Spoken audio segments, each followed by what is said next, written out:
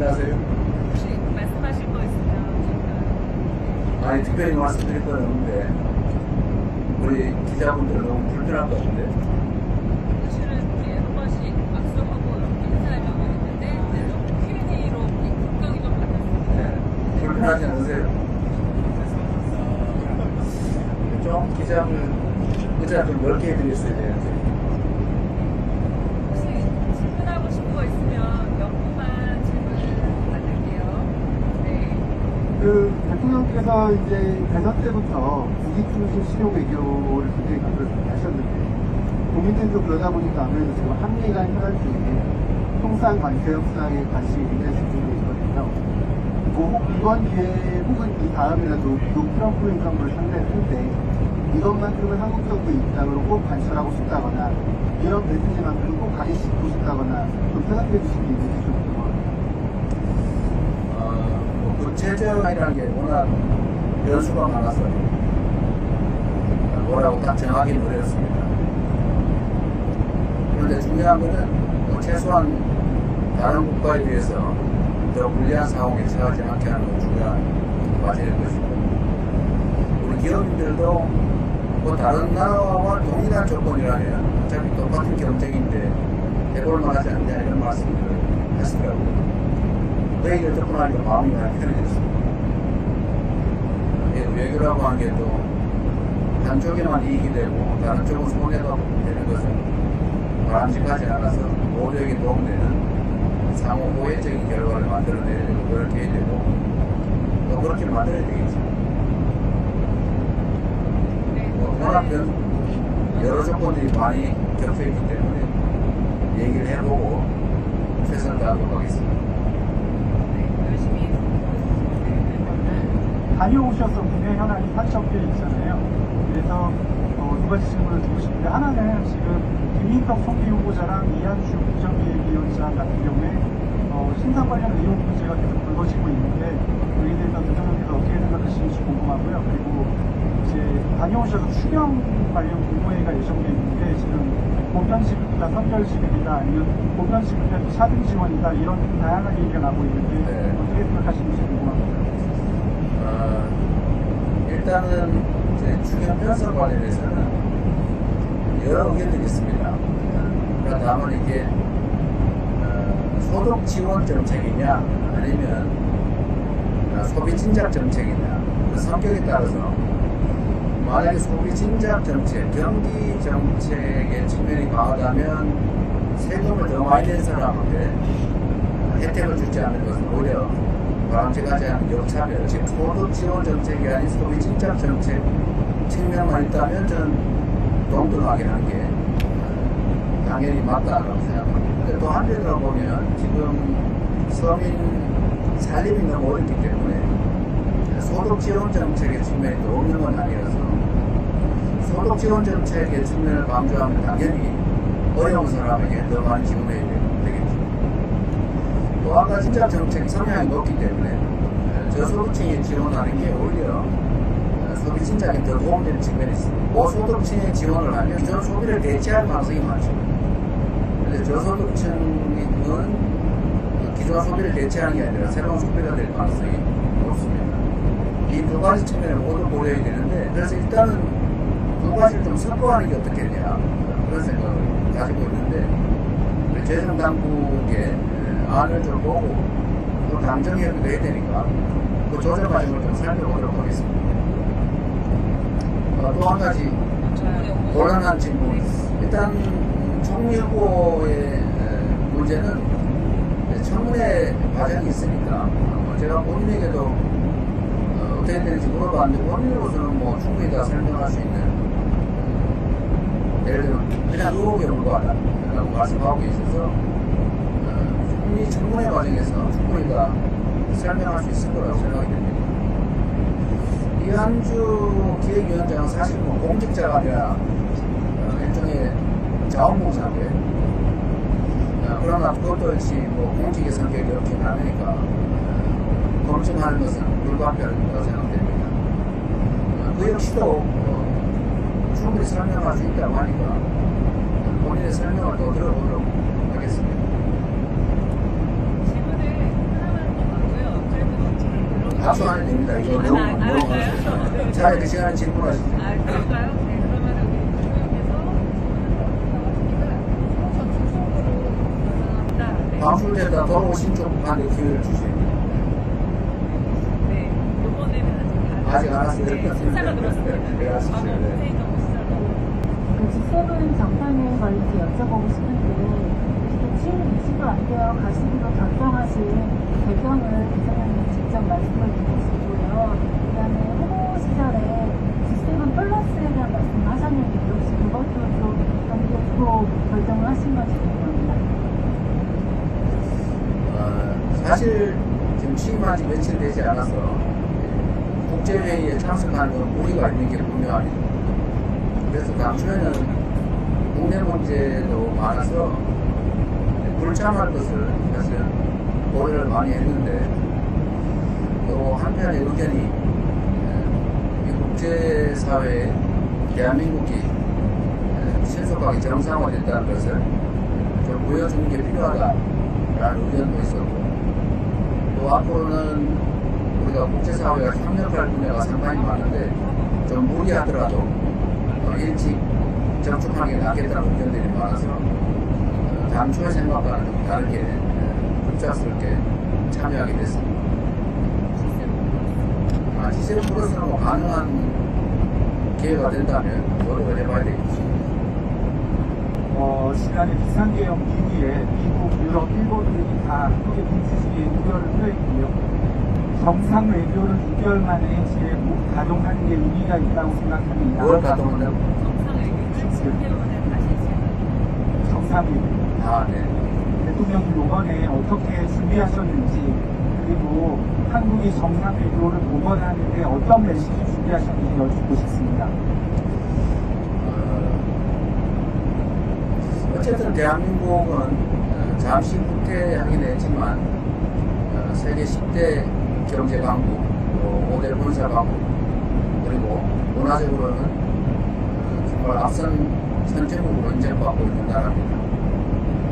잠시의 후퇴가 있긴 했지만 신속하게 종전의 위상을 회복하고 거기에 더해서 앞으로는 다양한 영역에서 대한민국이 세계를 선도하는 그런 국가로 나아가야 되고 충분히 그럴 수 있다고 믿습니다. 당연히 정상외교는 지금보다는 좀 더 활발하게 전개해야 될 것이고 제가 조금 전에 우리 실장님한테도 지시해놨습니다만 어쨌든 정상외교를 지금까지와는 좀 더 높은 단계로 더 많이 강화할 필요가 있겠다고 생각합니다.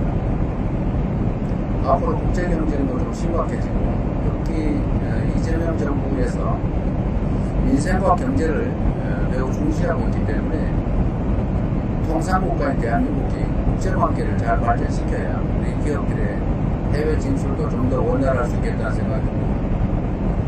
경제 영토 확장이라는 측면에서 지역적으로도 영토 확장이 해야 되지만 내용으로도 보면 문화산업이라든지 또 새로운 산업 영역에 국제적인 협력을 강화할 필요가 있겠다. 그래서 앞으로는 지금까지와는 좀 더 높은 단계로 정상회의를 포함해서 국제협력을 강화할 생각입니다. 오히려 그쪽의 비중을 점점 높여야 되지 않을까 그렇게 생각하고 있습니다. 국정 지지율 조사 결과가 나왔습니다. 58.6%가 나왔는데 이 수치에 만족하시는지 궁금하고요. 그리고 임기 시작하시는 출발이시기 때문에 저희가 나중에 구용용으로 활용한다는 측면에서 질문을 드리는 건데 임기를 끝내실 때쯤 이 정도의 지지율이라면 내가 성공한 제법 잘한 대통령이다라고 만족을 하실 수 있는 수치가 어느 정도인지 궁금합니다. 어려운 질문이네요. 근데 저는 언제나 공직을 시작할 때보다 마칠 때 지지율이 높았던 것 같습니다. 제가 경기도지사 출발할 때도 전국 꼴찌했는데 마칠 때는 가장 높았죠.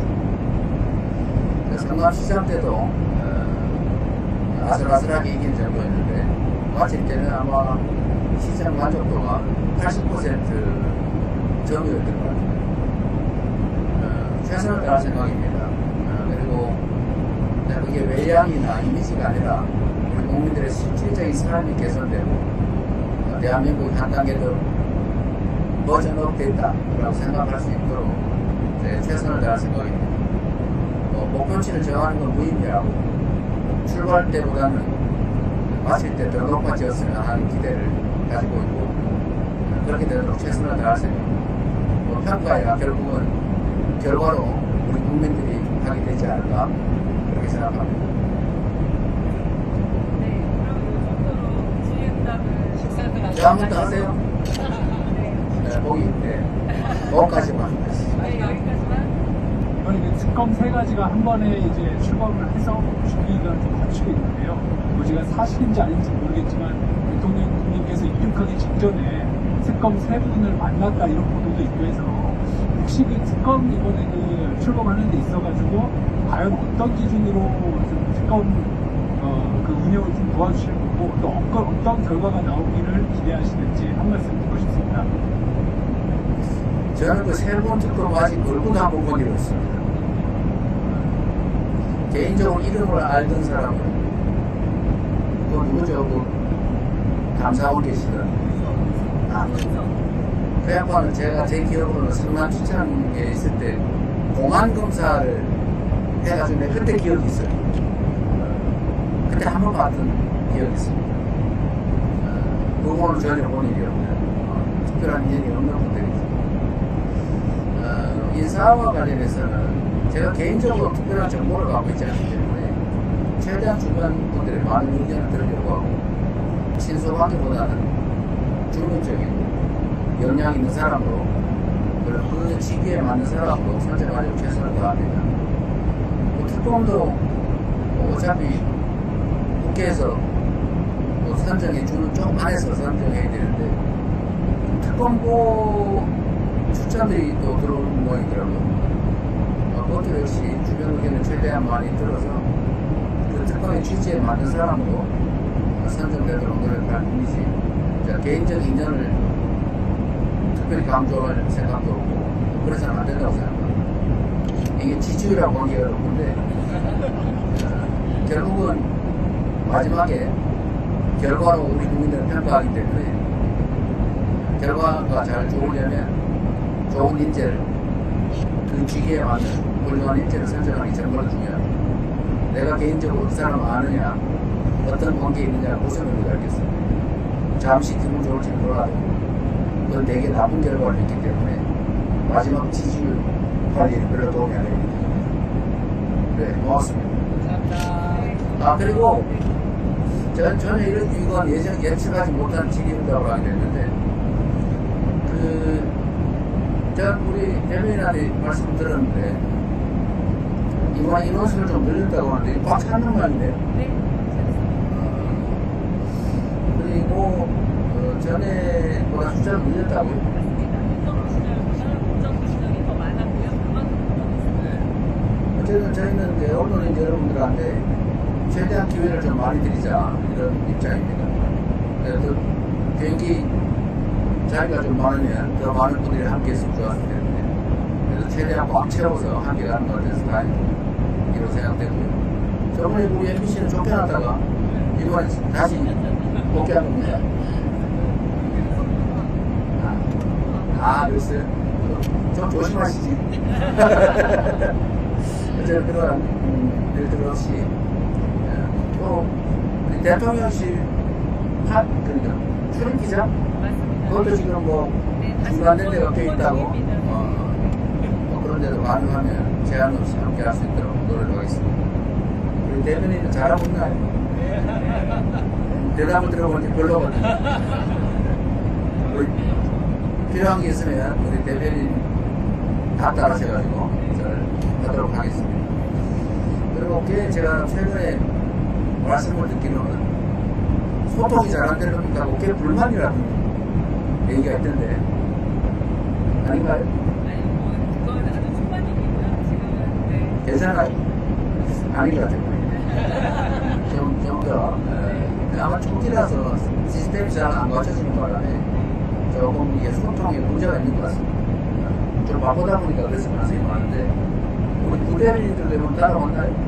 아니요, 오늘은 정말 인원수 때문에? 네네네. 대변인 뭐하고요. 아무 대변인실이죠. 꼭 체제가 갖춰지면 여러분들의 불편함이나 이런 것도 많이 개선될 겁니다. 어쨌든 국민들의 눈과 귀 역할을 하시는 분들이시니까 잘 부탁드립니다. 고맙습니다.